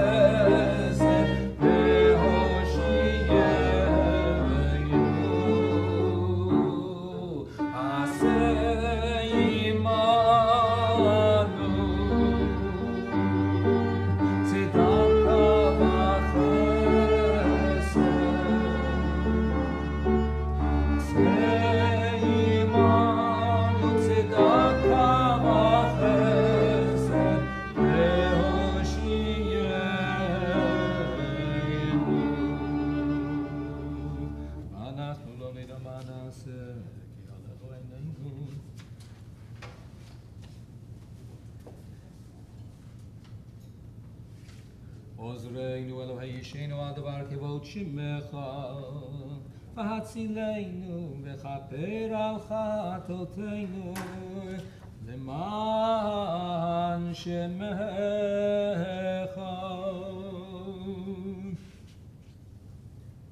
Page 49. I ask you start off, I'll recite the second stanza, and then you'll do the next, and then I'll do the next. So please, this is my prayer. This is my prayer to you, my God. Let me not swerve from life's path. Let not my spirit wither and shrivel, and thirst for you,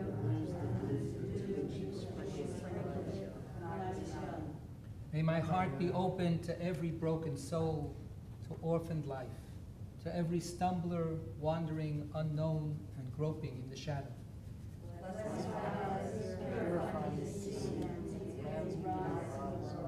Deepen and broaden my senses to absorb a fresh, green, flowering world, to take from it the secret of blossoming in silence. Grant strength to yield my fruits, quintessence of my life, steeped in my very being, without expectation of reward. And when my time comes, let me slip into the night, demanding nothing, God, of human beings or of you. Full Kaddish, page 50, ending with Oseh Shalom. יתגדל ויתגדל שמהרה הבן ביעלמה דברכירותי וימליך מלכותי בחייכון וביומייכון ובחיי דכל בית ישראל בעגלה ובזמן קריב יאמרו אמן. יהי שמי רבה מברך לעולם לעולמי עולם. יתברך וישתבח ויתפאר ויתרומם ויתנשא ויתהדר ויתעלה ויתהלל שמי דקודשה בריחו. ליהילה מן כל ברכתה, מן כל ברכתה ושירתה, תושבחתה ונחמתה, דאמירן ביעלמה, ויאמרו אמן. תתקבל צלותון ובאותון לכל ישראל, קודם אבוהון וישמעיה ויאמרו אמן. יהי שלום רב מן שמעיה וחיים עלינו ועל כל ישראל, ויאמרו אמן. עושה שלום ושלום למרומיו, יעשה שלום. עושה שלום, שלום למרומיו, יעשה שלום. יעשה שלום עלינו ועל כל ישראל, ויאמרו אמן. עושה שלום, שלום במרומיו, הוא יעשה שלום. עושה שלום, שלום במרומיו, הוא יעשה שלום. הוא יעשה שלום עלינו ועל כל ישראל ועל כל יושבי תבל, ויאמרו אמן. שבוע טוב, שנה טובה, a good week, a good year. Shkoach again to our wonderful musician.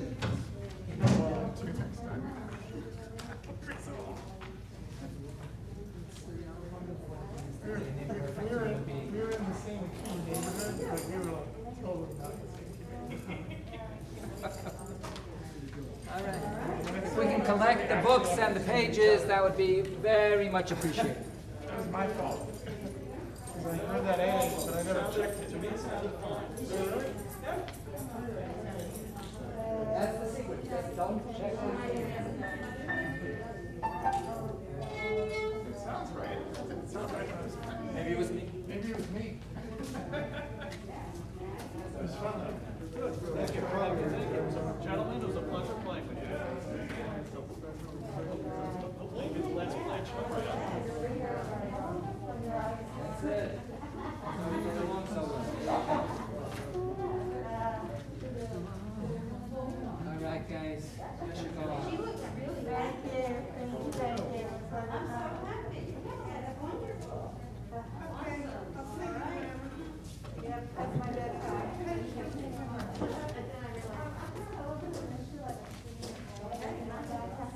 What do we got there? Yeah. Thank you. Here you go. Two more. More. All right, thank you.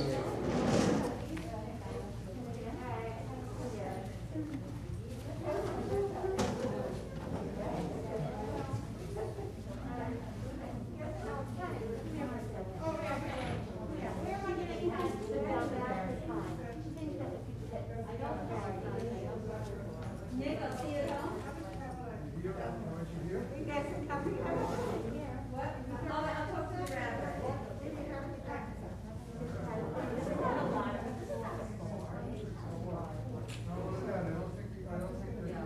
Good night. Thank you for the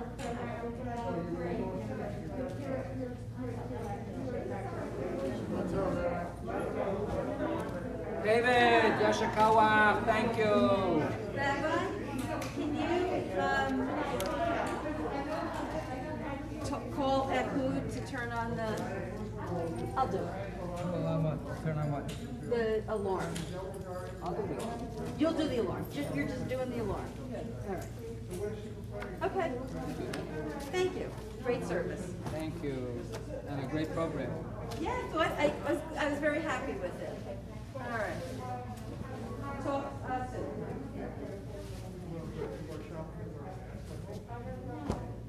Good night, everyone.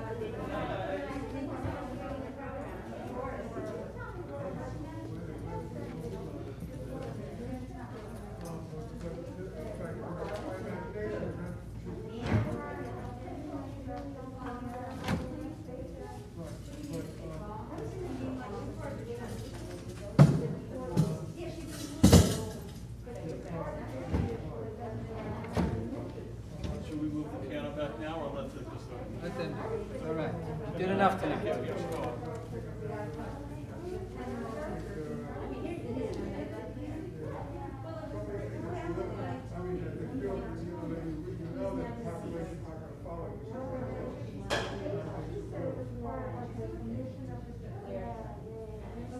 I think that might be true. So Rabbi, a couple of things. I don't think we invite medication, but the first half hour there was no ventilation. Okay. Right. And the So church that was- project. yes. Now it's also. And the other But thing I is, don't know. do we have iodine, or did they iodinize it or not? Supposedly they have the best. Okay. I only mentioned, She knows all the I only mentioned this iodizing thing. I didn't realize, but it goes off ozone, and ozone is toxic.